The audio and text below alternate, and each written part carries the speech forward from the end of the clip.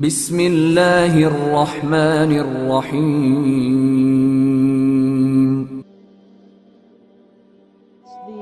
The ruling about the Salah that was missed.